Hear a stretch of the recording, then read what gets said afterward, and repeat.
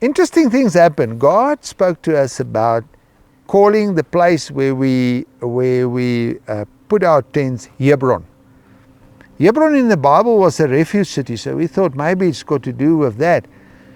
I often thought about this thing. Why was the name Hebron so significant for us? Living in faith like that for 3 years of our life, why?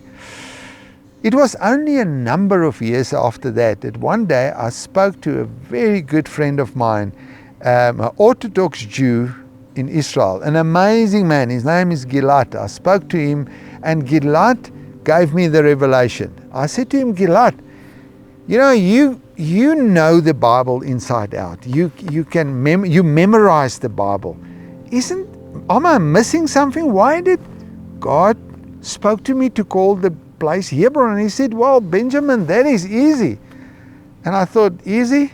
And he said, yeah, it's easy. He said, do you know the story of the 12 spies? I said, yes, I know it, in Numbers 13. He says, yes, and they go out, and even in the Bible it says they went past a place called Hebron. I said, yes.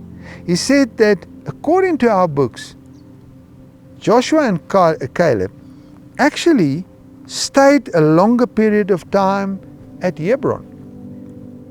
I said, yes. He said, and they saw the graves of Abraham and Isaac and Jacob, Rebekah and Leah was there.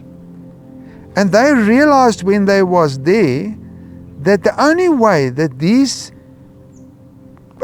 patriarchs and matriarchs lived was by faith. Their whole journey was by faith. And God touched their lives so that when Joshua and Caleb went into the land, they went with a different spirit, the spirit of faith.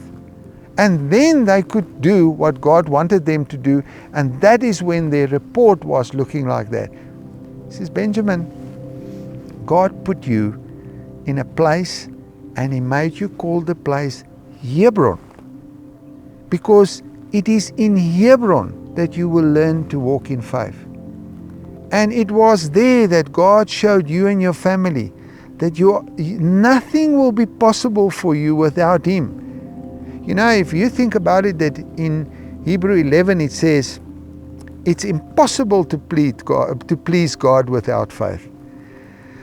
And that is our problem. We today depends on spreadsheets, and we depends on all kinds of things to decide if we are going to do projects, or we even going to do what God tells us to do. I'm not saying it's wrong to plan. I'm not saying it's wrong to get your things in order, but your final decision is made what God have shown you. And by faith we will conquer, and by faith we will live, and the just will live by faith. And for us as a family, that was the foundation of the very next step that we had to take when God gave us a farm, to say, well, now you will depend on me by faith to make this a success.